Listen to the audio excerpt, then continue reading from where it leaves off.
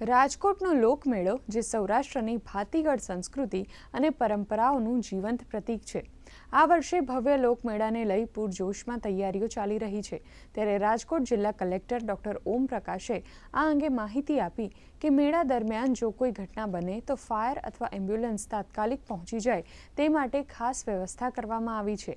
મેળામાં લોકોની સંખ્યા પર ખાસ નિયંત્રણ રાખવામાં આવશે. તો મેળાની જગ્યા માટે 143 જેટલા પ્લોટની હરાજી બાકી છે. જો આ પ્લોટનો નિકાલ નહીં થાય તો સરકારી સંસ્થા અથવા સામાજિક સંસ્થાને ફાળવી દેવામાં આવશે.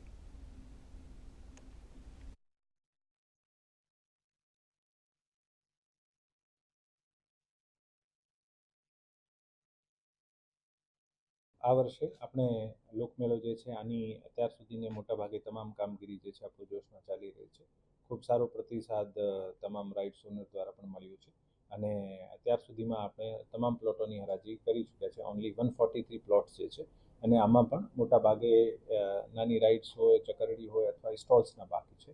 આ માટે 31 તારીખ સુધી આપણે ડેટ જે છે એક્સટેન્ડ કરી છે અને પછી 1-2 દિવસમાં આપણે હરાજીની કામગીરી પૂરી કરીશું. અને અમને અપેક્ષા છે કે અત્યારે લાસ્ટના દિવસોમાં જે પ્રતિસાદ મળ્યો છે આના મુજબ તમામ પ્લોટ્સ જે છે આનો નિકાલ થઈ જશે. જ્યાં કદાચ નહીં થાય તો પછી બીજી સંસ્થાઓને અથવા સરકારી સંસ્થાઓમાં પણ ઘણી બધી માંગણી છે. આ તમામને આપીને આપણે ત્યાં એક સુંદર વ્યવસ્થિત મેળો છે આને માટે પ્રયત્ન કરવામાં આવશે.